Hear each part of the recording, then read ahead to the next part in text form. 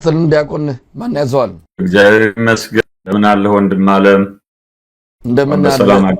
እንደምን አሉ? ደህና ነው ተይ? ባለፈው ያው አልተገናኘንም። ከትንሽ ራቅ ወዳለ ለአገልግሎት ሄደው ነበረ።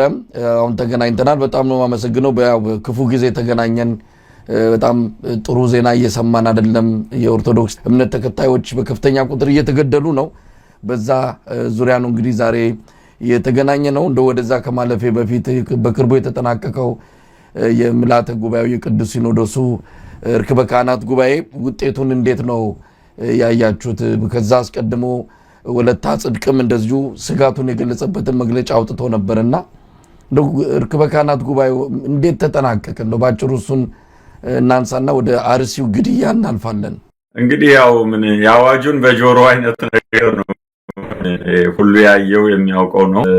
ቤቱ ነፍስ የተለየው በድን ከሆነ ቆይቷል። ከዛ የሚጠበቅ መፍትሄ ወይም መድኃኒት ወይም መልካም ነገር እንግዲህ አለ ብሎ ማሰብ ሞኝነት ነውና በተለመደው ለስጋ ምቾት ባደላ መልኩ ምእመኑንና ቤተክርስቲያኒቱን ሐዋርያዊ ተልእኮን በዘነጋ መልኩ ነው እንግዲህ የተጠናቀቀው። ከዲስኩር ያለፈ አንዳንድ የተባሉ ምናልባት ወይ ማዘናጊያ ሊሆኑ የሚችሉ ወይንም ደግሞ እንደው ለጊዜ ዋሃንን የሚያጽናኑ በጎ ያስባሉ እንዲባሉ ያህል የተናገሯቸው አንዳንድ ቃላት ካልሆነ በቀር መሰረታዊ ችግር ፈቺ መንጋውን ከጥፋት የሚጥን ቤተክርስቲያኒቱን ሲኖዶሱን ወደ ክብሩ የሚመልስ አንዳችም ነገር ያደረግ ነው። እንግዲህ ልማድ ሆኗል። ልክ ነግቶ እንደሚመሸው እንደዛው አመቱን ቆጥሮ ተሰብስበው ተበትነዋል። ይሄ ነው ያለው መረዳት። የግሌም በነበረንም በጉባኤያችን በረን ውይይት ምክክርና ባላይ የነበረን የሐሳብ ለውጥ የጉባኤው የያዘው አቋም ወይም ያለው መረዳት በውይይቱ ይሄን አሁን የምገልጽልህን ነው። ሌላ ምንም አዲስ ነገር የለም። እንደውም ወደ ፈለጠ መከራ የበለጠ ችግር የበለጠ ለቅሶ እንደሚጠብቀን አመላካች ነገሮች እየከፉ መሄዳቸውን ያየንበት እንጂ ምንም ተስፋም ያለመልም ወይንም ደግሞ ከሐዘን የሚያወጣ መከራን የሚቀንስ ነገር የተደረገ የለምና ይሄ ነው በአጠቃላይ። በቤተክርስቲያኒቱ በጣም ብዙ ችግሮች አሉባት። አሁን ዛሬም የተገናኘንበት አንድ ምዕመናን በየቦታው ይገደላሉ፣ የቤተክርስቲያኒቱ አገልጋዮች ይገደላሉ፣ ቤተክርስቲያን ይቃጠላል፣ ብዙ ነገር አለ። ከዚህ አንፃርስ እንደው ርክበ ካህናቱ ጉባኤ ማጠቃለያው ላይ ያለው ነገር የለም? ብፁዕ አባታችን አቡነ ማትያስ ስለ ሰላም ያነሱት ነገር አለ። እሱ በአዎንታዊ መልኩ ተወስዷል። ብዙዎች ለሰላም እድል እንዲሰጡ ከመንግስትም ከሌሎችም ኃይሎች እንዲሁ ለሰላም እድል እንዲሰጡ ያቀረቡት ጥሪም አለ። የተወሰነ አዎንታዊ በሆነ መልኩ የተነሳ ጉዳይ ነው። ነገር ግን ቤተክርስቲያኒቱ ጥልቅ ችግር ላይ ነው ያለችው። ብዙ ችግሮቿ ይልቅ በመንግስት ፕሮግራሞች የመጠመድ ስለ ኮሪደር ልማት የማሰብ እንዲህ አይነት ነገሮች ነው ከጠቅላይ ቤተ ክህነት ስራ አስኪያጁን በተደጋጋሚ የምንሰማውና ስለ ቤተክርስቲያኒቱ ጥልቅ ችግር እንደው ተዋይቶ ያሰላለፈው ውሳኔ የለም? ምንም አልኩ እኮ መጀመሪያ እኮ ዓላማ ቤተክርስቲያኒቱን ለማገልገል ቁርጥ ህሊና ያስፈልጋል። እነኚህ ሰዎች አገባባቸው ምን እንደሆነ ይታወቃል። እንደው አገባባቸው ላይ መልክ አለው ልንል ብንችል እንኳን ከገቡ በኋላ ግን የሚያዳክሩት የሚያቦኩት የሚጋግሩት ጠቅላላ ምንም የሚያሰክር አይምሮ የሚያዝል እንጂ ለመንጋው የሚጠቅምና ህይወት የሚሆን ነገር እንዳይደለ ያው ወደ ኋላ ታሪካችን በግልጽ ያሳያል። እርግጥ ነው ፓትርያርኩ በንግግራቸው ላይ ያስተላለፉት መልእክት በጣም መልካም መልእክት የሚባል ነው። ግን ለማን ነው የሚናገሩት? መልእክቱን የሚያስተላልፉት ለማን ነው? እሱ ነው ቁም ነገሩ። መልእክቱ የሚተላለፈው ለማን ነው? ይሄ መልእክት እሳቸው የሚያስተላልፉት ለማን ነው የሚለው ግን መልስ ይፈልጋል። ምክንያቱም እሳቸው ናቸው ይሄን መስራት ያለባቸው። አንዱ ዋናው የሥራው ባለቤት ራሳቸው ሆነው ሳለ ለሌላ የሚደረግ ነገር አድርገው ማየት ወይም በተግባር የማይገለጽ ከንግግር የማያልፍ ነገር ማቅረብ ምንድነው ጥቅሙ? የሚመሩት እሳቸው ናቸው፣ የጉባኤው ሰብሳቢ።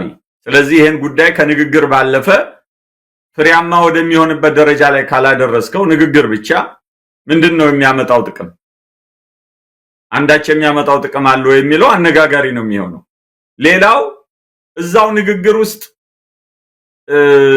ንግግራቸው ሁሉ ውሃ በልቶት እንዲቀር ውጤታማ እንዳይሆን የሚያደርግ ከክርስትና አስተምሮ ጋር የማይጣጣም የተጣላ በጣም መርዛም ቃላት ተጠቅመዋል። እኛን በማይጎዳን መልኩ ነው ያሉት። ይሄንን ነገር ስናስፈጽም እኛን በማይጎዳን መልኩ፣ ይሄ ከክርስትና አስተምሮ ጋር ፈጽሞ የተለያየ ጉዳይ ነው። የክርስትና አስተምሮ የሚለው ራሱን ሰጪ አሳልፎ የሰጠ ራስን አሳልፎ መስጠት ይጠይቃል። ውጤት በክርስትና ሃይማኖት ውጤታማ ለመሆን ራስን አሳልፈ እንድትሰጥ ይጠይቃል። ስጋን መግደል የሚችሉትን አትፍሩ፣ እነሆ ስጋንም ነፍስንም አዋህዶ በሲኦል የሚቀጣውን እሱን ፍሩ ነው የሚለው።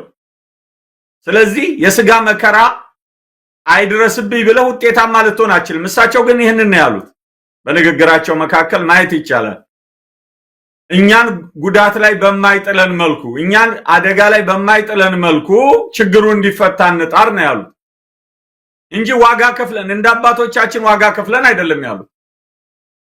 ዋጋ ካልከፈልክ ደግሞ ውጤት የለም።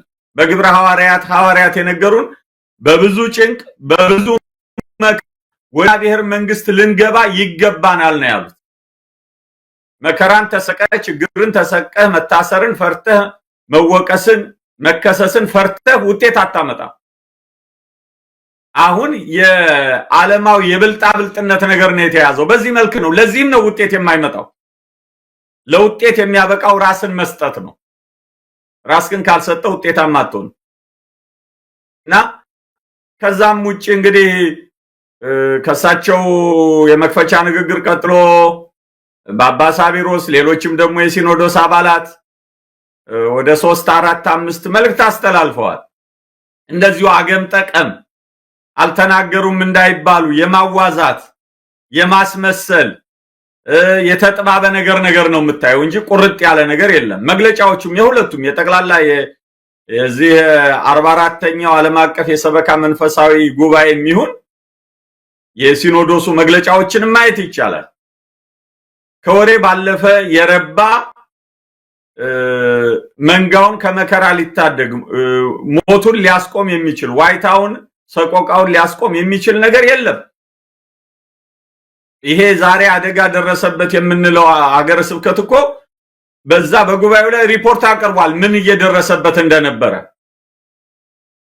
ያንን እንኳን ልዩ አድርጎ መፍትሄ ለመስጠት የታሰበ ነገር የለም። በንጽጽር ብታይ ለምሳሌ ያህል ሲኖዶሱ ምንድነው ያደረገው ብለን አሁን ከወሰናቸው ውሳኔዎች አንዱ በዚህ በሰሜን ሸዋ ሀገረ ስብከት በምንጃር ሸንኮራ ወረዳ በአረሪ ከተማ ቅድስት ማርያም ቤተክርስቲያን በደረሰው አደጋ ህይወታቸውን ላጡት ሀዘኑን ገልጿል።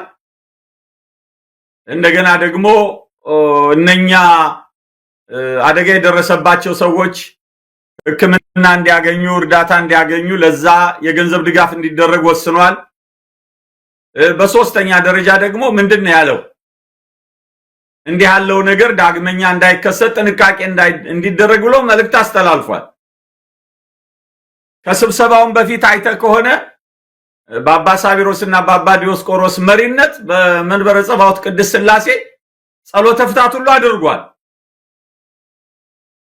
እኔ በዚህ አጋጣሚ በዛ ቦታ ለተፈጠረው አደጋና ስቃይ መከራ ሐዘኔ መግለጽ ፈልጋለሁ። እግዚአብሔር ያጽናችሁ፣ እግዚአብሔር ያበርታችሁ ማለት ፈልጋለሁ። ምክንያቱም የሰሜን ሸዋ ሀገረ ስብከት ኤችአይቪ መከላከያና መቆጣጠሪያ አስተባባሪ ሆኜ ባገለገልኩበት ዘመን አንዱ የፕሮጀክት ወረዳ የነበር ያ ወረዳ ያን ህዝብ አውቀዋለሁ።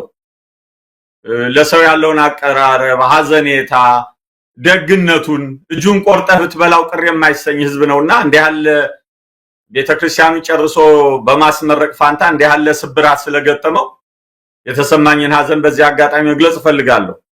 ግን እኔ ለንጽጽር አሁን ያነሳሁት ምንድነው ለዚህኛው በዚህን ያህል ደረጃ የሄደ ሲኖዶስ ዛሬ አይደለም ያሁን የምንነጋገርበት አደጋ አይደለም። ከዛም በፊት አደጋዎች መድረሳቸውን እንደነገርኩ ዘገባ ቀርቧል ጠቅላላ ጉባኤው ላይ። ግን ያለው ነገር የለም። አንዳች አልተነፈሰም። ለምን የምንድነው የምትሉት የዚህ የኮሙኒኬሽን ነው ምናምን ቢሮ መግለጫ አልሰጠማ። በአርሲ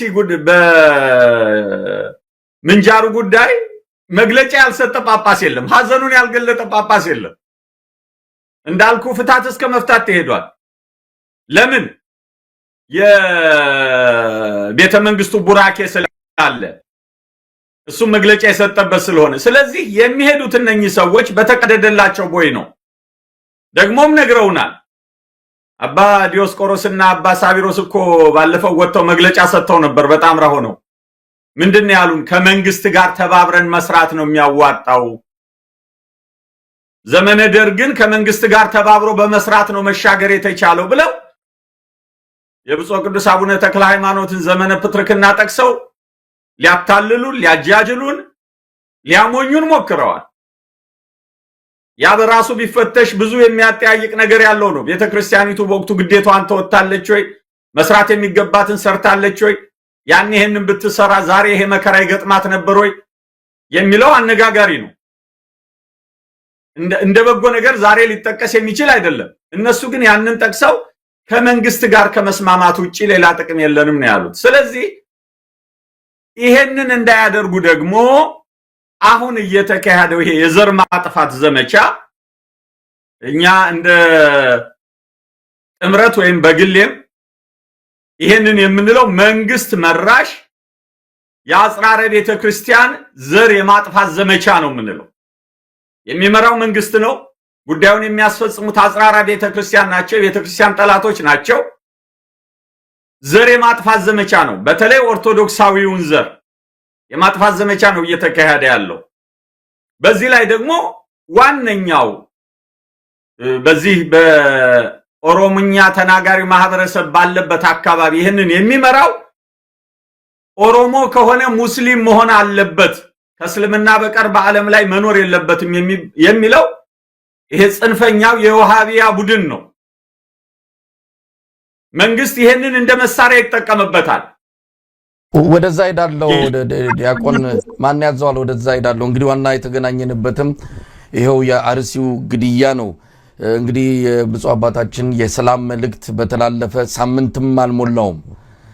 እንግዲህ ቤተክርስቲያኒቱ ልጆቿን መጠበቅ እንዳልቻለች ያስተላለፈችው መልእክት እንኳን ለሌሎች የፖለቲካ ኃይሎች ይቅርና ለራሷም ለልጆቿ ያልደረሰለት መግለጫ ወይም ደግሞ መልእክት ነው ብለን መውሰድ የምንችል ይመስለኛልና እንደው ዲያቆን ማን ያዘዋል? ይሄ በምስራቅ አርሲ ሀገረ ስብከት በሆንቆሌ ዋቤ ወረዳ በዛ አካባቢም እንደዚሁ በአጠቃላይ በምስራቅ አርሲ ውስጥ በተከታታይ ነው የማያባራ በየጊዜው እንዲያን ግድያ እንሰማለን። አሁን የቁጥር ጉዳይ ሆነ። ምን ያህል ተገደሉ እንጂ ለምን ተገደሉ የሚል ጥያቄም እየተነሳ አይደለም። 15 ተገደሉ። አሁን ደግሞ ቁጥራቸው ወደ 25 ደርሷል። ይሄ የሆነው በአንድ ሳምንት ውስጥ ነው። ከአንድ ቤተሰብ 6 ሰው ከ2 ዓመት እስከ 76 ዓመት አዛውንት ድረስ ግድያው ምንም የሚመርጥ የለም። ምንድነው እስቲ የተፈጠረው? በቅድሚያ ምንድነው ምዕራብ አርሲ ውስጥ የተፈጠረው ነገር ምንድነው? በእናንተ የመረጃ ምንጭ ያገኛችሁት ምንድነው? እንግዲህ ያው እዛ ቦታ ላይ ያለው ችግር እንደነገርኩህ ኦርቶዶክስ ጠል ክርስቲያን ጠል የሆነ ከእስላም በቀር በዛ አካባቢ መኖር የለበትም የሚል ኃይል አለ፣ የታጠቀ ኃይል ኋላ በዚህ በአክራሪ ሙስሊሞች የሚደገፍ ስለ አካል አለ። ያ አካል ነው እንግዲህ ያሸመቀ አደጋ የሚያደርሰው ጉዳት የሚያደርሰው ያ አካል ነው። ይህ አካል ደግሞ እንደነገርኩ ዓላማው ኦርቶዶክሱን ከዛ አጽድቶ ያ አካባቢ ኦሮምኛ ታይ የሆነ ሙስሊም ብቻ እንዲኖር ፈልጋ አካል ነው። በደላቸው ሌላ አይደለም። እነኚህ ሰዎች አንደኛውና የመጀመሪያው የዚች ጥንታዊት ሐዋርያዊት ቤተክርስቲያን ልጆች መሆናቸው ነው። ሁለተኛው ደግሞ አንዳንዴ ያው አብሮ ሁለት ገጽታ ሆኖ የተያዘ እየመጣ ያለው ነገር የዚህ የኦርቶዶክስ አማኙ የሌላ አካባቢ ተወላጅ የኛ ማህበረሰብ አይደለም ተብሎ ተፈርጇል። የሚገርም ነገር እኮ እዛው ተወልደው እዛው ያደጉ እስከ አያት እስከ ቅድሚያታቸው ወደ ኋላ ብትቆጥር ሌላ ዘር የሌላቸው ሌላ ከሌላ አካባቢ ሐረግ የማይመዙ ሳይቀሩ ነው የሚገደሉት ኦርቶዶክስ በመሆናቸው። እና የችግሩ ስር ይሄ ነው መሰረታዊ ጉዳይ። ይሄንን ለማስቆም ደግሞ መንግስትም ፍላጎት የለውም። በእኛም ቤት ደግሞ መንግስት ያልወደደውን ነገር ሁሉ ማድረግ አይፈለግም። መንግስት የሚወደውን ብቻ ማድረግ ነው። መንግስትን ተከትሎ መሄድ ነው የሚፈለገውና ይሄ ነው አደጋውን እያከበደ የመጣውና እውነት ነው በጣም ያሳዝናል። እንግዲህ የተደረደረውን አስከሬን ላየው ሰው የቆሰሉትን እነኛን ህፃናት የደረሰባቸውን አደጋ እናቱ ላይ ታዝሎ የደረሰበትን አደጋ ያ ህፃን ያቺ ልጅ ራሷን ደረቷ ክንዷ ላይ የደረሰውን ስታይ ሰው መሆንክን ያስጠላል። እና እንደውም እንዲህ ያለው ነገር የመሞታቸው ዜና እንኳን እንዳይሰማ የሚደረገው ትንቅንቅ ቀላል አይደለም ችግሩን ማስቆም መሞታቸው በአግባቡ እንዲሰማ አይፈለግም። እንዳየነው ከሆነ እኔ ባለኝ ዳሰሳ እስካሁን የመገናኛ ብዙሃን የቤተ ክርስቲያኒቱና ቤተ ክህነቱ ጋር ተጣምሮ የሚኖረው የማህበረ ቅዱሳን ሚዲያ ነው ገባውን ዘግቦ ያየሁት። እነኚህ ሁለቱም የሆኑ ልጆች በአካባቢያችን አባማ ጉዶ የሚባሉ ጥሩምባ ነፊ ነበሩ። ሰው ሲሞት ጥሩምባ የሚነፉ እንደዛ ነው ቁጥራቸው። መርዶ ለመንገር ካልሆነ በቀር የረባ ነገር የማይሰሩ የችግሩ መፍትሄ እንዲገኝ ችግሩ እንዲፈታ መድረክ እንኳን አዘጋጅተው መሰረታዊ ለውጥ እንዲመጣ ጥረት የማያደርጉ የተክነቱ በያዘላቸው ገመድ መሰረት ፈቀደላቸው ድረስ ብቻ የሚንቀሳቀሱ ሸምቀቁ ሳብ ሲደረግ ተመልሰው ቦታቸው የሚገቡ ማረጋገጫ ስለሌለኝ ምናልባት ማጣራት ይጠየቅ ይሆናል እንጂ ያወጡትን ዜና መልሰበሰቡም እንዳሉ ዛሬ ጠዋት ላይ እየሰማው ነበር። ጊዜ አጥሮኛል እንግዲህ ለማጣራት አልቻልኩኝ። የሆነው በሀገረ ስብከቱ ሊቀ ጳጳስ በአባ ያሬድ ምክንያት እንደሆነ ሁሉ እየተነገረ ነው። እና መሰረታዊ ችግሩ ህብረተሰቡ አደጋ ላይ ነው ያለው፣ ስቃይ ላይ ነው ያለው። አባት አላገኘም። እንደውም የሚገርምህ ነገር ሰሞኑን የዛ የአሩሲ ነዋሪዎች የሆኑ ምዕመናን ይነሱልን ሊቀ ጳጳሱ ከሞት አላዳኑንም፣ ወንጌል አልሰበኩልንም የሚል ተቃውሞ አስነስተው ነበረ። ወደ ሲኖዶስም ደርሶ ነበረ። ሲኖዶሱ ከቁብ አልቆጠረውም፣ እንደንትና አርጎ ነው ያለፈው፣ አለባብሶ ሸፋፍኖት ነው ያለፈው። በእርግጥ በዚህ አጋጣሚ መናገር የምፈልገው ነገር እሳቸውስ ቢነሱ ምን ጥቅም አለው? አሁን ህዝቡ መስሎት ነው እንጂ በዚህ አጋጣሚ የምናገረው እሳቸው ተነስተው ሌላም ቢላክ እኮ ለውጥ የለውም። ጳጳሳት ሲባሉ አንድ ናቸው፣ ምንም ለውጥ የለውም።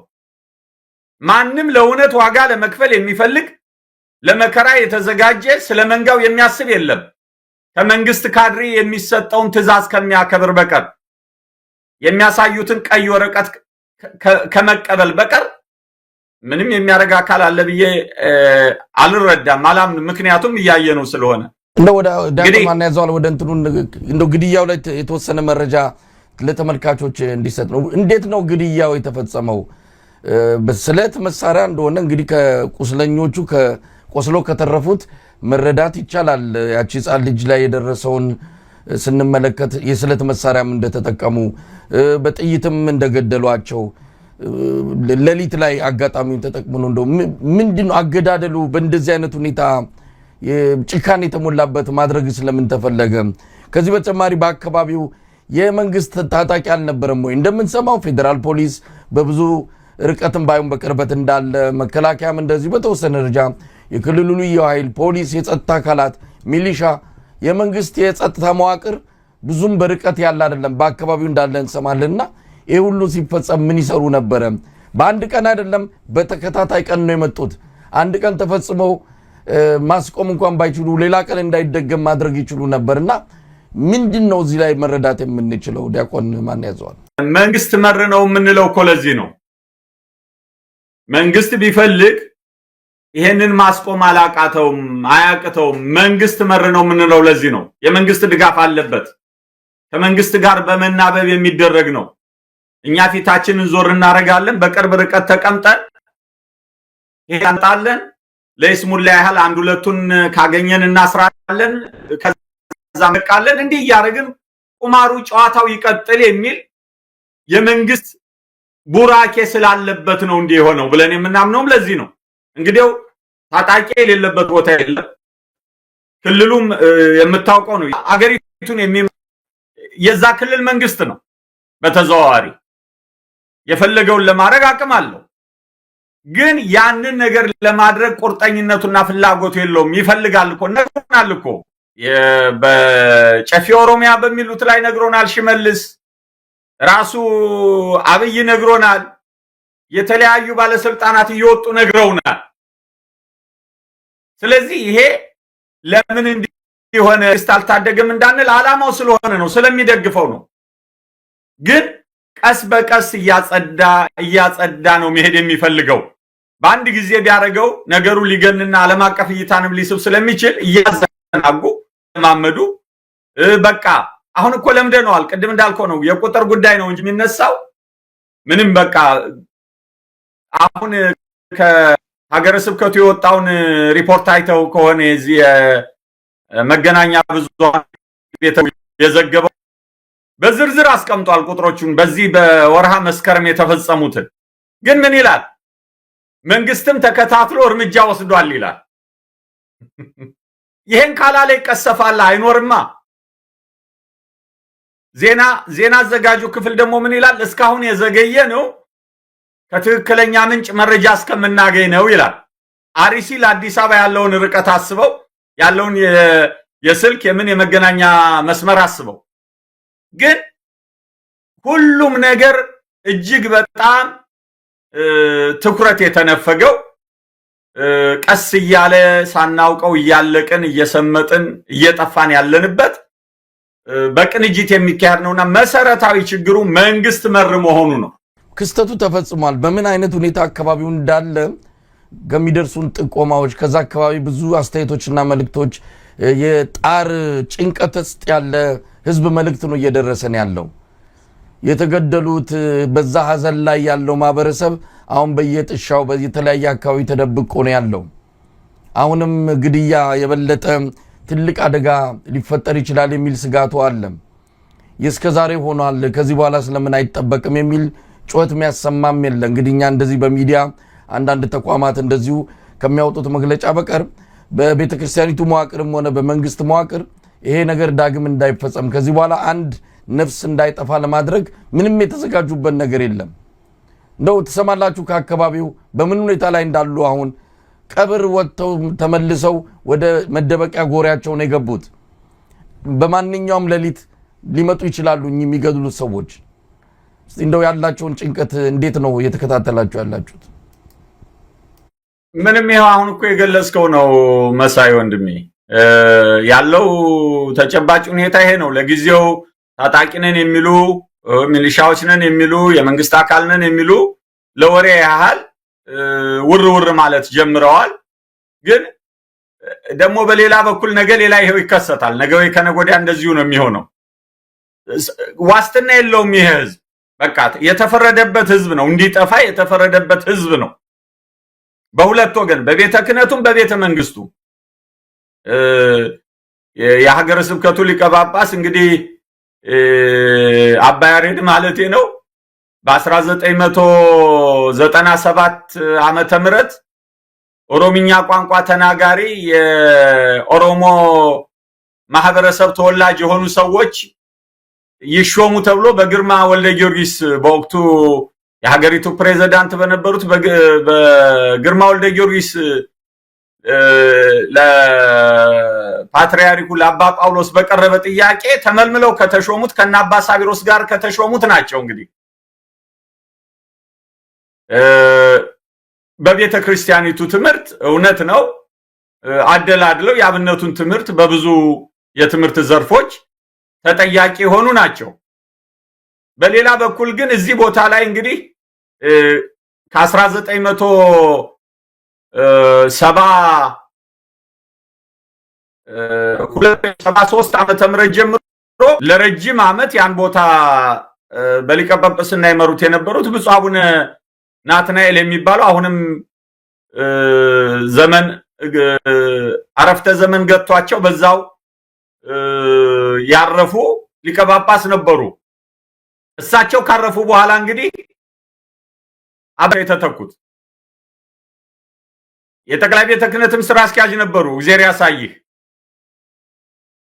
ግን አገረ ሰበካ ጉባኤ ማደራጃ መምሪያ የበላይ ሊቀ ጳጳስ ተብለው ነው የተመደቡት። አገረ ስብከቱን ትተውታል፣ ረስተውታል። ስለመንጋው የሚጨንቃቸው አይደለም። እንደውም መዳኛ ይሆናል ብለው ምን ያስብላሉ? አይ ብንናገር ችግሩ ይባባሳልና ዝም ብለን መጸለይ ነው ያለብን የሚል ማምለጫ ይሆነናል ያሉትን ነገር ለማድረግ የሚሞክሩ ናቸው። ዜናው እንዲነሳ አድርገዋል። ይሄንን ምክንያት አድርገው ነው የሚባለው። ብንናገር መከራው እናበዛባቸዋለን፣ ስለዚህ ዝም እንበል። በቃ ይሄ ነው እየተያዘ ያለውና እነኚህ ሰዎች ተመልከት እንግዲህ በኮታ የቤተ ክርስቲያን ትምህርት ያንሳቸዋል ማለት አይደለም፣ ግን የተመረጡት በቤተ ክርስቲያን ትምህርት ሙያቸው ሳይሆን በወቅቱ በኮታ ነው የተመረጡት። በኮታ ለዚህ ህዝብ ተመርጠው ይህን ህዝብ እንኳን አላዳኑትም። የተመረጡለትን ህዝብ በሱ ስም የተመረጡ ሆነው ሳለ ይህን ህዝብ እንኳን አላዳኑትም። ይሄ ነው የተፈጠረው ነገር እና እያለቀ ነው፣ እየሞተ ነው። ቤተ ክህነቱ ደግሞ እንዳልኩ ያው እንደምታውቀው ቡራኬ እየሰጠ እንግዲህ ቀጥሏል። አደጋው በጣም ከባድ ነው በእውነቱ። ምን መደረግ እንዳለበት አንዳንዴ ሲታሰብ ከአይምሮ በላይ ነው። መስራት ባንን የምንሰራ ሰዎች አይደለንም። ከወሬ ባለፈ አንዳች ነገር የምናደርግ አይደለንም። ግማሾቹ ያለንበት ተጨባጭ ሁኔታ እንድንናገር አይፈቅድልንም ይላሉ። ይሄ ሁሉ ምክንያት ግን አያድንም ከተጠያቂነት። ይህን በተመለከተ አንዳንድ አባቶችንም ለማናገር ሞክረን ነበረ።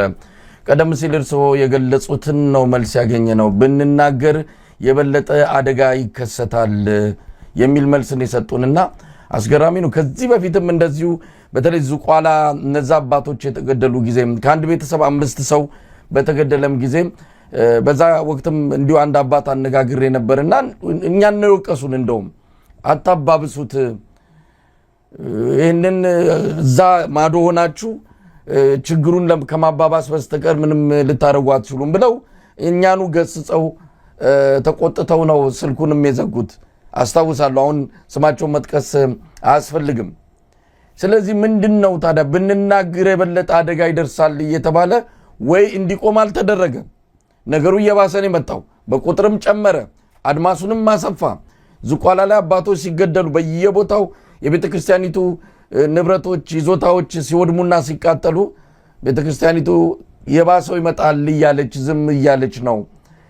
ምንድነው ታዲያ እየቀነሰ ካልመጣ የባሰው ከመጣ ለምንድነው ቤተክርስቲያኒቱ ለምእመናኖቿ ጥሪ አድርጋ ይሄ ነገር ለአንዴና ለመጨረሻ ጊዜ እንዲቆም አታደርገው? በዚህ ሁኔታስ እስከ መቼ ይዘለቃል? የባሰው ይመጣልና ዝም እንበል የሚለው አካሄድ እሱ እኮ ነው የሚያሳዝነው። አንደኛ በየትኛው የዓለም ተሞክሮ ነው በየትኛው እዚህ ቦታ ላይ በዚህ ሀገር በዚህ ግጭት ወቅት እስቲ ተብሎ የሚጠቀስ አንድ ነገር ያምጡልን። ሰይፍ ስሎ መሳሪያ ቀባብሎ ሊገል የማካል ዝም በማለት የገደለውን ገሎ ሲሄድ በቃ ዝም በማለት ችግር መፍትሄ የት ላይ ነው? የት ቦታ ነው? እስቲ እንገሩ። በክርስትና አስተምሮ የሚንገሩ በዓለማዊውም በዓለም አቀፍ ደረጃ አለ የሚሉት ተሞክሮ ካለ ይሄ እኮ የራስን ክብር ላለማጣት ማምለጫ ምክንያት ለመፍጠር የሚደረግ ነገር ካልሆነ በቀር በየትኛው ሚዛን ብታነሳው መፍትሄ አይሆንም። አሁን ማለባበስ አይደለም፣ መፍትሄ ነው የሚፈልገው። መፍትሄ እኮ ከሆነ እንቀበለዋለን። እኛ የመናገር ሱስ የለብንም። ግን መፍትሄ ነው ወይ? አሁን ዝም ማለቱ ሞቱን ያቆመዋል ወይ? ዝም ተብሎ ታይቷል እኮ። መፍትሄው እኮ እየባሰበት ነው የሚያድረው። እንጂ መፍትሄ እየሆነ አልመጣም። መፍትሄው እኮ ሊሆን ሞቱ ቢቆም ኖሮ ባይቆም እንኳን ቢቀንስ ኖሮሽ ግን እየመጣ ሁኔታ ዝምታ መፍትሄ ነው ማለት ምን ማለት ነው? በቃ እኔ እንደሚመስለኝ ሲያልቁ ያ የሚገደል ሲጠፋ ችግሩ መፍትሄ ያገኛል። ስለዚህ እንግዲህ ልናስቆመው የማንችለው ስለሆነ ብንናገርም ጥቅም ስለሌለው ስለማናድን በቃ ይለቁ። እንቶ ከሆነ ይንገሩን ተስፋ መቁረጣቸው በግልጽ ተቆረጥ ቃል ከሆነ ይንገሩን እንጂ ካላርገው ሊያታልሉን አይሞክሩ። ይሄ ለኔ ማታለል ነው፣ ማጭበርበር ነው። በደላቸው ሳያንስ ሊያንስ ተጨማሪ በደል ነው ይሄን የሚሉ አባቶች። መፍትሄው ቢያንስ ህዝብ ሰምቶት ሲሆን ህዝብን አስተባብረው ህዝብን መርተው ችግሩ መፍትሄ እንዲያገኝ ማድረግ ነበረባቸው። የሚመለከተውን የመንግስት አካል መሞገት ነበረባቸው። በሀገሩም ውስጥ ይሁን ከሀገር ውጭ ባለ ዓለም አቀፍ መድረክ መሟገት ነበረባቸው። እነሱ ግን ይሄን አይደለም የሚያደርጉት። አሜሪካ ለሽርሽር መጥተው ሲዝናኑ ከርመው ነው የሚሄዱት። ያን ህዝብ ረስተውታል። ቅርብ ቀን እኮ አሁን ወርሃ መስከረም እኮ አባ ያሬድ አሜሪካ ነበሩ። በማህበረ ቅዱሳን ቴሌቪዥን ቀርበው ስለ ባህር ሐሳብ ምናምን ማብራሪያ ሲሰጡ አይተናቸዋል። ደግሞ የሚያሳፍረው ውሸቱ ለሐዋርያ አገልግሎት መጡ። ሀገረ ስብከታቸው ነው። ሀገረ ስብከቱ እኮ ይስራም አይስራም ይጥቀምም አይጥቀምም ምናልባት የተለያየ መግለጫ ልናስቀምጥ እንችላለን። በዛ ላሉት ጳጳስ ለአባ ፋኑኤል ምናልባት ከወጣ ሰሪነት ወይም ደግሞ ከምናምን ያለፈ ለህዝብ የሚጠቅም ነገር የሚሰሩት ባይኖርም ጳጳስ ተብለው ተቀምጠዋል እዛ። እሳቸው እዛ ያሉ ለሐዋርያ አገልግሎት መጡ የሚባለው የትኛው ሐዋርያ አገልግሎት ነው? አሩሲን እሳት እየነደደበት አብያተ ክርስቲያናት እየተቃጠሉ ምዕመናን እየሞቱ ጋዜጠኛው ለሐዋርያ አገልግሎት መጡ ሲንል እንሰማዋለን። ሐዋርያ አገልግሎት ማለት ምን ማለት ነው? ገብቷቸዋል እነኚህ ሰዎች ሲጀመር? ሐዋርያ አገልግሎት እኮ ማለት ነፍሳትን ማዳን ነው። መንጋውን ከጥፋት መታደግ እኮ ነው። አደራ የተቀበሉትን የክርስቶስን መንጋ በለመለመ መስክ በጠራ ውሃ ማሰማራት እኮ ማለት ነው። አሜሪካ ሳንቲም ለመልቀምና ሕክምና ለመታከም የመጡትን ይገርማል። ባለፈው አባ ማቲያስም እንዲህ ነው የተባለላቸው። ለሐዋርያ አገልግሎት ወደ አሜሪካ ሄዱ። ውሸት በአደባባይ በቤተ ክርስቲያን ሚዲያ ውርደታችንን እኮ ነው የሚያሳየው። ዘቅጠናል እኮ በዚህ ደረጃ ዘቅጠናል። እና እዛ መጥተው ነው የከረሙት። የሚለቃቅሟትን ሳንቲም ለቃቅመው ምን ብለው እንግዲህ እዛ ይሄ በየጊዜው ሰው የሚታፈንበት ትሰማለ። ደገም፣ አሊዶሮ፣ ገርበ ጉራቻም ይባል እንግዲህ የትውልድ አካባቢያቸው እዛ ይመስለኛል። እርሻ ሁሉ እንዳላቸው ሰማለው እንደሚያሳርሱ እና ለዛ የሚሆን ነገር ይሆናል እንግዲህ ሰብስበው የሄዱት። በዚህ ደረጃ ቤተ ክርስቲያኒቱን ገለዋታል። እንደነገርኩ ቅድም እኚህ አባት የሰበካ ጉባኤ ማደራጃ መምሪያ የበላይ ጠባቂ ናቸው፣ ሊቀ ጳጳስ ናቸው። ትላንት ቅዳሜ ጥቅምት 15 ሰበካ ጉባኤ የሚለው በአዋጅ የተቋቋመበት 53ኛ ዓመቱ ነው። በነጋሪት ጋዜጣ ታውጆ ጥቅምት 15 ትላንት ማለት ነው። ይሄ በዚህ ጋዜጣ ነው ታውጆ የተቋቋመው። እሳቸው የዚህ መምሪያ የበላይ ጠባቂ ሊቀ ጳጳስ ናቸው። ይሄ ዋናው የተቋቋመበት ዓላማ ምንድን ነው ብለን ቃለ ዓዋዲውን ብናይ ይነግረናል። መንጋውን መጠበቅ ነው። ወንጌልን ማስፋት ነው። ምዕመናንን ማጽናናት ነው። ግን ስልጣኑን ገንዘብ ማግኛ አድርገው ከመጠቀም ውጪ ለቤተ ክርስቲያኒቱ የሚሰሩላት አንዳች ነገር የለም። ስሙ ነው የመምሪያ ኃላፊ፣ የመምሪያ ሊቀ ጳጳስ ተብለው የሚቀመጡት እና አሁን የምር እነኚህ ሰዎች ለዛ ህዝብ የማይጠቅሙ መሆናቸውን በቃ እኔ በዚህ አጋጣሚ ለአሩሲ ምዕመናንና ህዝበ ክርስቲያን ሐዘኔን የልቤን መሰበር ከመግለጽ በተጨማሪ የምለው ነገር እገሌ ቀየርልን አትበሉ። የጳጳስ ቅያሬ አይጠቅማችሁም። ማንኛውም ጳጳስ ቢመጣ ያድናችሁ። ትላንት እኮ ጅጅጋ የነበሩት እኮ ህዝቡ ሲያልቅ ሸሽተው አዲስ አበባ የገቡ እኮ እናውቃቸዋለን። ዛሬ የመገናኛ ብዙሃን ኃላፊ ሆነው ነው የተቀመጡት።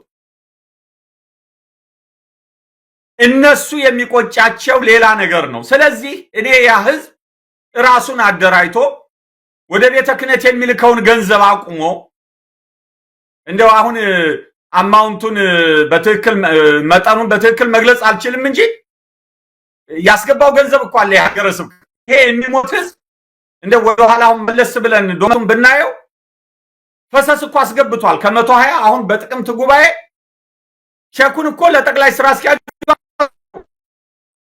የደም ገንዘብ ነው የሚበሉት። የደም ገንዘብ ያ ገንዘብ ለነሱ መኪና መዣ ነው፣ የወር ደሞዝ ነው፣ ቀለብ ነው። አያንቃቸው። የዚህ ንጹሃን ደም አያንቃቸው። ጤና ሲሰጣል ገብቶ እና በዚህ ደረጃ ችግሩ የተውሰበሰበ ነው። ህዝቡ አምርሮ አባት እንደሌለው ተመልካች እንደሌለው እረኛ እንደሌለው አውቆ አሁን ከውጭ ያለውን ጠላት አይደለም የውጭ ጠላት አደጋ እያደረሰ ያለው ለምንድን ነው ብለን ካል ባህሪው ነው፣ ተፈጥሮው ነው። ይሄ ሊደንቀን አይገባም። በአባቶቻችን ዘመን ነበረ። ልዩነቱ ምንድነው? ዛሬ ልዩ ያደረገው አባት ማጣታችን ነው። በአባቶቻችን ዘመን አባቶች ስለነበሩን ችግሩን ተቋቁመን ተሻግረነዋል። አብረውን ሞተው፣ አብረውን ደምተው፣ አብረውን ታስረው፣ አብረውን ተሰደው አድነውናል አባቶቻችን። እና አቡነ ጴጥሮስን ማንሳት ይቻላል። ወደ ኋላ ብዙ ቅዱሳንን ማንሳት ይቻላል።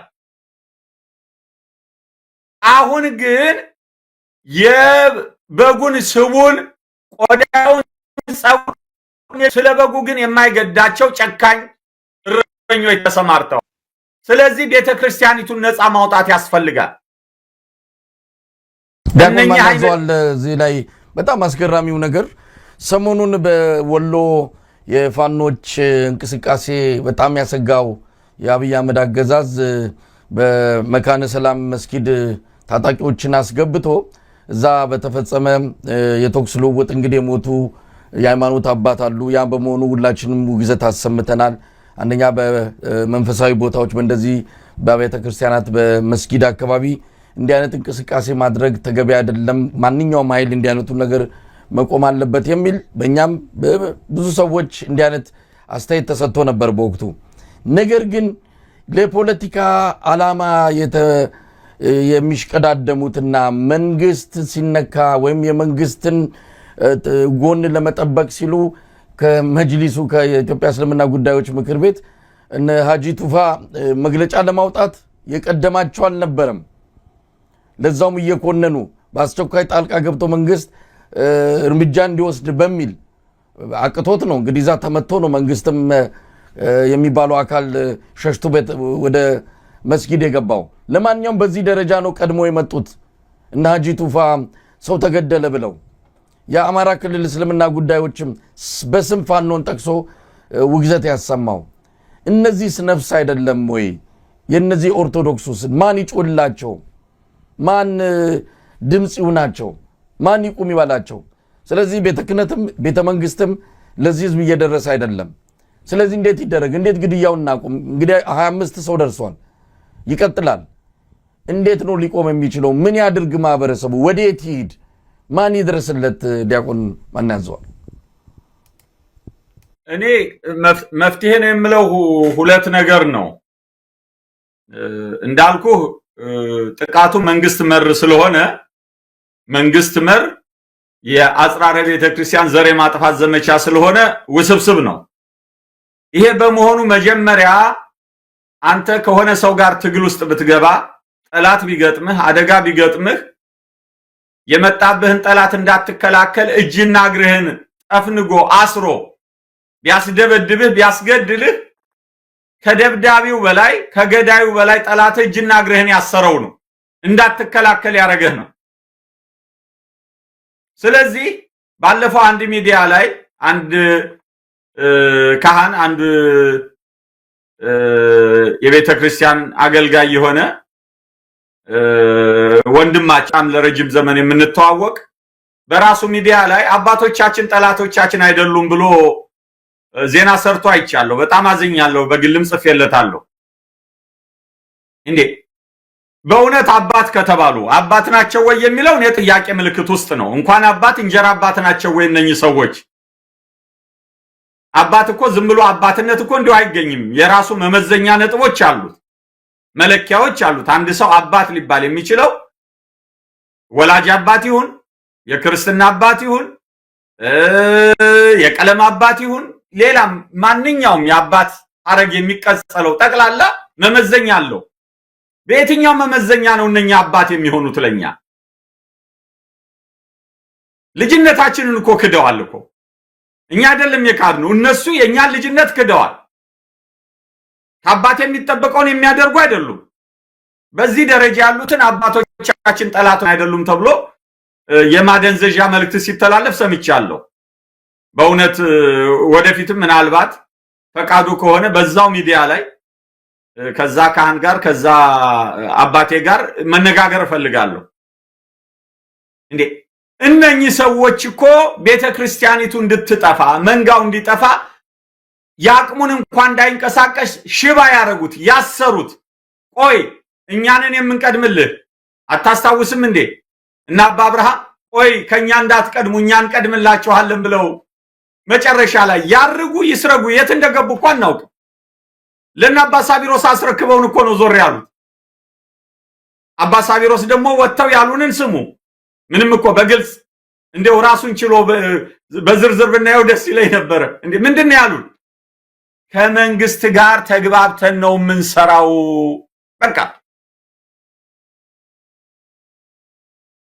በዘመነ ደርግ ወጣቱ እንደ ቅጠል ሲረግፍ፣ አብያተ ክርስቲያናት ሲዘጉ፣ ቀይ ሽብር ነጭ ሽብር ሲካሄድ በወቅቱ የነበሩት ፓትርያርክ በፈሊጥ ባያልፉት ኖሮ ዝምታን ባይመርጡ ኖሮ ከመንግስት ጋር ባይግባቡ ኖሮ ቤተክርስቲያን አደጋ ላይ ተወድቅ ነበር ነው ያሉት።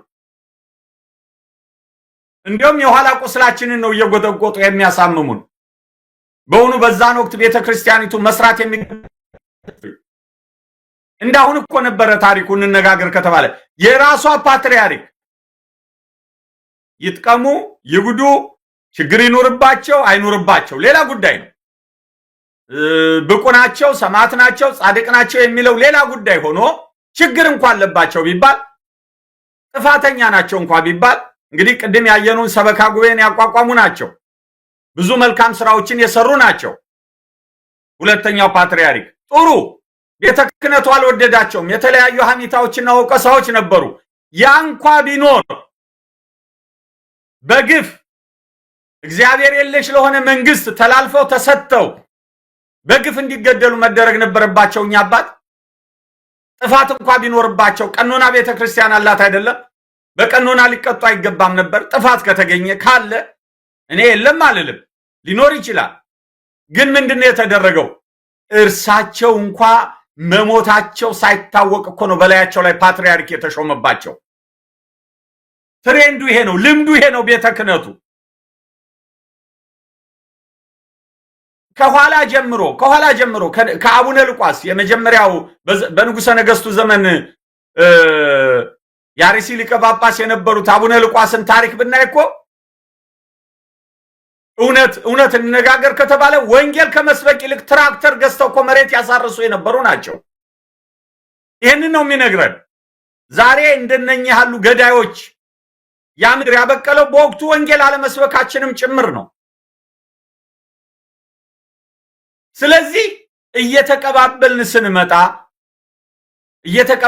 ስንመጣ እዚህ መከራ ላይ ደረስን። አሁን ደግሞ ከነኛ የከፉ የባሱ ለመንጋው ግድ የሌላቸው አረመኔዎች፣ ጨካኞች ቅድም እንዳልኩ የቤተ ክህነቱና የጳጳሳት ጠበቃ በሆኑ ማህበራት ሚዲያ ላይ እየቀረቡ የገጽ ግንባታ የሚካሄድላቸው እነኚህን ሰዎች ነው እንግዲህ መሪ ብለን ያዝኑ። ስለዚህ መፍትሄው ከነኚህ ሰዎች ራስን ነፃ ማውጣት ነው። በተለይ ከሀገር ውጭ ያለው ማህበረሰብ አገር ውስጥ ያለው ለጊዜው ሊቸግረው ይችላል፣ ግን እሱም ይችላል በየሰበካ ጉባኤው አጠቃላይ የሰበካ ጉባኤ ስብሰባ ጠርቶ ወስኖ የምናዋጣው ገንዘብ ከአጥቢያችን እንዳያልፍ ወደ ወረዳ ወደ ሀገር ስብከት ፈሰስ አንልክም፣ የሚጠበቅባቸውን ግዴታ ላልተወጡ ጳጳሳት ቀለብ አንሰፍርም፣ መኪና አንገዛም፣ ነዳጅ አንሞላም፣ ቤት አንሰራም ብሎ እምቢ ሊል ይገባል። በተለይ ደግሞ ከሀገር ውጭ ያለው ምክንያቱም ከሀገር ውጭም ያሉት አንተ ባለህበት ሀገር 11 ሀገረ ስብከት አለ፣ 10 ጳጳሳት አሉ። በካናዳ 3 ሀገረ ስብከት አለ፣ 3 ጳጳሳት አሉ። እዚህ እኔ ባለሁበት በምድር አውሮፓ 4 ሀገረ ስብከት አለ። በሶስተኛው ፓትርያርክ ተሾመዋል፣ ሲኒየር ናቸው ከሚባሉት ከአባ ኤልያስ ጀምሮ 4 ጳጳሳት አሉ። እዚህ ግን ምን ረቡት? ለዚህ ህዝብ ምን አደረጉለት?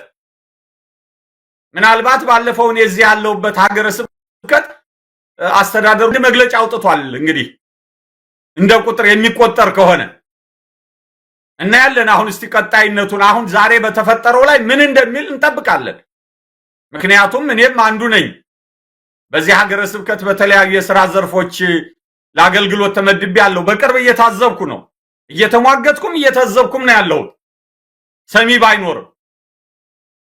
ስለዚህ ይሄንን አጠናክረን አጥቢያ ቤተክርስቲያናችንን ሀገረ ስብከታችንን ነፃ ማውጣት አለብን። በተለይ በውጭ ያለኑ ሰዎች ጥምረት ለቤተክርስቲያን ይሄ ነው ጥሪው። እስቲ የትኛው ቤተክርስቲያን አሁን ፍታት ፈታ? እስቲ ለነኚህ ሰዎች የትኛው ቤተክርስቲያን የሐዘን መግለጫ ወጣ? የትኛው ሀገረ ስብከት? በአሜሪካ፣ በካናዳ፣ በአውስትራሊያ፣ በአረብ ሀገር፣ በቅድስት ሀገር ኢየሩሳሌም፣ በአውሮፓ ማን ወጣ? ምን ተደረገ?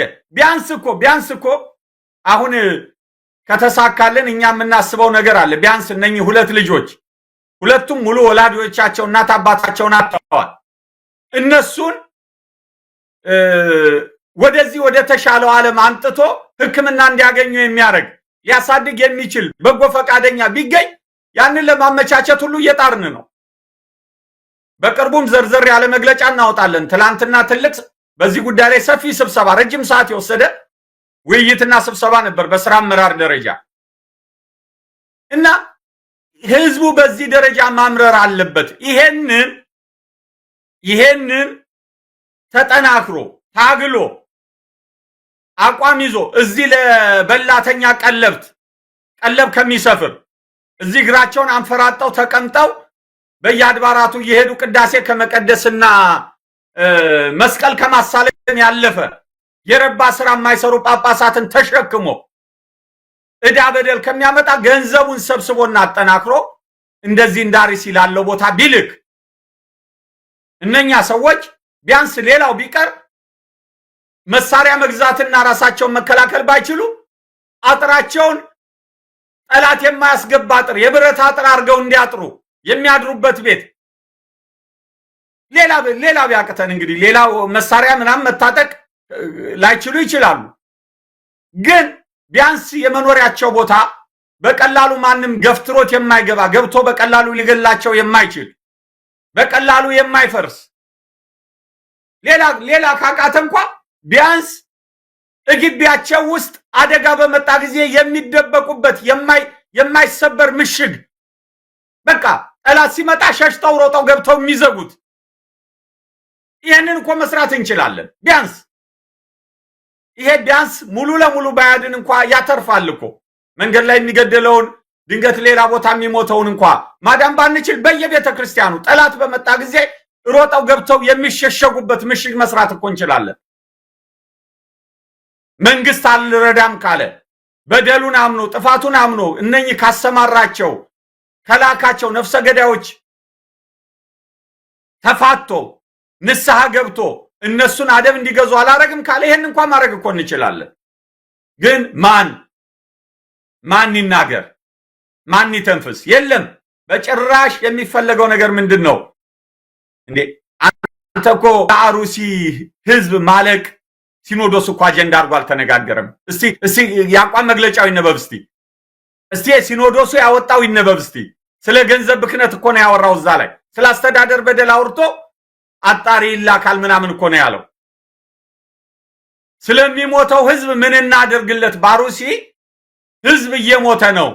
ለዚህ ምን መፍትሄን ቀይስ፣ በእኛ አቅም ምን ማድረግ እንችላለን ብሎ እንኳን አላለም እኮ። ታዲያ ይሄ ሲኖዶስ ነው እንዴ? ግን ሲከፍቱና ሲዘጉ ምን ይሉናል? በመንፈስ ቅዱስ የሚመራው የሐዋርያት መንበር ወራሽ። የቃላት ድሪቶ እኮ ቅዱስ አያደርግም በጭራሽ። መንፈስ ቅዱስ መኖሩ የሚታወቀው በስራ ነው። ሐዋርያት መንፈስ ቅዱስ ከነሱ ጋር እንደነበረ፣ አባቶቻችን መንፈስ ቅዱስ ከነሱ ጋር እንደነበረ ያረጋገጡት በቃላት አይደለም፣ በስራ ነው፣ በተግባር መንፈስ ቅዱስ መስክሮላቸው ራሱ። ይሄንን ነው የምናውቀው እንጂ እኔ ቅዱስ ነኝ አይባልም ሲጀመር፣ እኔ ብፁዕ ነኝ አይባልም ሲጀመር። ኃጢአተኛው በደለኛው አባቶቻችን ሀጥ ወነዳ እያሉ ነው የኖሩት። እነኚህ ግን ምንም ሳይኖራቸው የሚመጻደቁ ገንዘብ ላይ ብቻ አይናቸውን ያደረጉ አይተሃል አይደል እንዴ? የአሩሲ ሀገረ ስብከት ይሄን ያህል መከራ ከፍሎ ይሄን ያህል ዋጋ ከፍሎ በስብሰባው ላይ ተገኝቷል። ቅድም እንዳልኩ ለነሱ ደራጎታቸው የሆነውንም ፈሰስ አቅርቧል። ቢያንስ እኮ ውድድሩ ሐዋርያዊ ይዘት ቢኖረው ኖሮ ከከፈለው መስዋዕትነት አኳያ ቅድሚያ ሽልማት ይገባው ነበር። ግን ትልቅ ገንዘብ ያስገባው አንደኛ አዲስ አበባ ሀገረ ስብከት ብቻውን ተወዳዳሪ የሚወዳደር የሌለ፣ ሁለተኛ ከምድብ ምናምን የአባ ሳቢሮስ ሀገረ ስብከት ሸገርና ዙሪያው፣ ሶስተኛ ይሄ ዘላለሙን ገንዘብ መጫን የለመደ የሰሜን ሸዋ ሀገረ ስብከት እንዲህ እየተባለ ነው ሲሸለም የነበረው። እና እንዴት ቢያንስ ለነኚህ ሰዎች ፍታት ይነፈጋሉ? ለአርሲ ምዕመናን በግፍ ለተገደሉት እንዴት ምንጃር አረርቲ ለሞቱት ፍታት የፈታ ጠቅላይ ቤተ ክህነት የጳጳሳት ስብስብ ለነኚህ ፍታት እንዴት መፍታት ያቅተዋል? እንደው ዲያቆን ማን ያዘዋል? ሁሉንም አባቶች በአንድነት መውቀስ ይቻላል ወይ? በጣም የሚያማቸው ጉዳዩ ውስጣቸውን እየሰበረ ያለ ግን ጉልበት ያጡ የተባበረ ድምጽ ያጡ የፖለቲካው ጭነት ድምጻቸው ጎልቶ እንዳይወጣ ያደረጋቸው አባቶች እንዳሉም እንደው መዘንጋት ያለብን አይመስለኝም። እንግዲህ በደንብ እያንዳንዱ ጳጳስን ምን እያደረገ ነው የሚል ዝርዝር ነገር አናቅም። ግን እንዲሁ ሁሉም አንድ አይነት ነው፣ ሁሉም አሁን በሚባለው መልኩ የሚገለጽ ነው ብሎ መውሰድ ይቻላል። ወንድሜ መሳይ በጣም የሚያቅለሸልሸኝ በጣም በእውነቱ ቃላት የማጣለት ይሄ ነው። ምናልባት ጥቀስ ካልከኝ አንተ ባለህበት በምድር አሜሪካ አንድ አባት አሉ የሚታገሉ የሚፍጨረጨሩ፣ እገሌ የሚባል ጥራልኝ እስቲ ሌላ። ይሄ ማለቴ በምድር አሜሪካ ካሉት አህጉረ ስብከቶች ማለቴ ነው። ከ11 አህጉረ ስብከት የአንዱ ሀገረ ስብከት ሊቀ ጳጳስ ጥረት ሲያደርጉና ያለን ከኛም ጋር ሳይቀር አብረው የቻሉትን ያህል ለማድረግ ሲጥሩ ሲተጉ ሲታገሉ እናያለን። ሌላው ደግሞ እንደዚሁ የአውስትራሊያው ሊቀ ጳጳስ አሁን በእርግናና በጤና ምክንያት በምድር አሜሪካ የሚገኙት እናያለን። ሌላ ሲገሌ የሚባል አለ። ምናልባት አቡነ ኤልያስ አዲስ አበባ ሄደው ይሄን ተናገሩ። እሱ ነው እንደ ቁም ነገሩ? እሱ ነው ወይ ቁም ነገሩ? እስቲ አንድ ጳጳስ ከተወሰኑ አካባቢ በቀር አገራችን ሰላም ናት እያለ የሚደሰኩር መንግስት ነው አይደል ያለው? እስቲ ሂድና አሁን አርሲ እነኚህ የሞቱ ሀዘንተኞች ቤት ሄዶ ሲያጽናና እስቲ እንየው። እስቲ ሂድ፣ ሌላ ያድርግ፣ በቃ ይሂድ። እስቲ አሁን መኪናውን አስነስቶ ሄዶ አጽናንቶ ገንዘብ የለውም እንበል፣ ደሃ ነው እንበል፣ ጸበል ረጭቶ ይመለስ። ውዳሴ ማርያም ደግሞላቸው፣ ሰላም ለኪ ደግሞላቸው ይመለስ። እስቲ አንድ ጳጳስ እንየው። እስቲ መግለጫ ማውጣት ይቅር፣ ደግሞ አትሄድም ከተባለ እስቲ ሞጆ ላይ ደርሶ ተመለሰ ዜና እንስማ፣ ወይንም ደብረ ዘይት ላይ መለሱ ሲባል እንስማ፣ ወይም ማሰላ ከተማ ገብቶ መንግስት መለሰው ሲባል እንስማ። እስቲ ይሄድ እንዴ! አባ ያሬድ ለሐዋርያዊ አገልግሎት አሜሪካ መጡ ተብሎ የለም እንዴ? አርሲ ምን ነው ራቃቸው? የሐዘንተኞቹ ቤት ምን ነው ራቃቸው? ያ መንፈሳዊ አገልግሎት አይደለም? አሜሪካ እንደ ውሃ ቀጅ የሚመላለሱት ጳጳሳት አባ ያሬድ ብቻ አይደሉም። ጠቅላላ በጾመ ፍልሰታማ አሁን ፋሽን ሆኗል። ጠቅላላ አሜሪካ ነው የሚያሳልፉት እየመጡ እነኛ። እስቲ ይሄዱ፣ እስቲ ተጅመልምለው ይሄዱ እናያቸው እስቲ። ትላንትና የህፃናትና ቤተሰቦች ጉዳይ መምሪያ ያሰራውን የምግባረ ሰናይ ሆስፒታል ለመመረቅ የተሰበሰቡት ያ ሁሉ የጳጳሳት መንጋ እስቲ አርሲ ሲወርድ ነው እንዴ! ያ ቤተ ክህነቱን አጣቦ የከረመው ጥቁር ለባሽ እስቲ ተሰብስቦ አርሲ ሲሄድ ነው እንዴ! ትላንት እኮ የአባ ማቴስ እና አባት ሞቱ ምናምን ብሎ እኮ ሐዘን የተቀመጠ የጳጳሳት ስብስብ እኮ አይተናል። የአንድ ጳጳስ አባት ሞቱ ብሎ ማውጣት እኮ እንችላለን። ቪዲዮ እኮ አለ በቤተ ክርስቲያኒቱ የመገናኛ ብዙሃን እኮ ነው የተላለፈው። እናቱን አባቱን ያልተወ ለሌ ሊሆን አይችልም የሚል ወንጌል ያላት ቤተ ክርስቲያን ጳጳስ እናቱ ሞታበት ሐዘን ተቀመጠ ተብሎ የእነ አባ ፋኑኤል እናት ሞተች ተብሎ ዜና ይሰራል። ይሄን ግን አይሰራም። እኔ ለነኛ ለሞቱት እናት ለተባሉት አባት ለተባሉት ክብር ሳይኖረኝ ቀርቶ አይደለም። ክብር ይገባቸዋል። እናቶች ናቸው፣ አባቶች ናቸው። የሳት ልጅ አመድ ሆኖ ያፈሯቸው ልጆች እንዲህ አሳፋሪዎች ቢሆኑም ለነሱ ግን ክብር አለኝ። እነሱን የማከብረው ከልጆቻቸው የተነሳ አይደለም። ልጆቻቸውማ ማፈሪያዎች ናቸው። እነኛ ግን ኢትዮጵያውያን ስለሆኑ ወገኖቼ ስለሆኑ የእድሜ ባለጸጎች ስለሆኑ አክብሮት አለኝ። ግን በዜና ግን ሊቀርብ አይገባውም። ይሄ ቤተክርስቲያኒቱ እንትን አይደለም። እናቴ ሞተች፣ እህቴ ሞተች፣ አክስቴ ሞተች አይደለም። ጳጳስ መነኩሴ ይሄን እንዲል አልተፈቀደም። እነኚህ ግን ገንዘብ ቆጠራ ላይ ነው ያሉት አባዬ። ዘር ቆጠራ ላይ ነው ያሉት አባዬ። ወንበር ማማረጥ ላይ፣ መኪና ማማረጥ ላይ፣ ህንፃ ማማረጥ ላይ ነው ያሉት።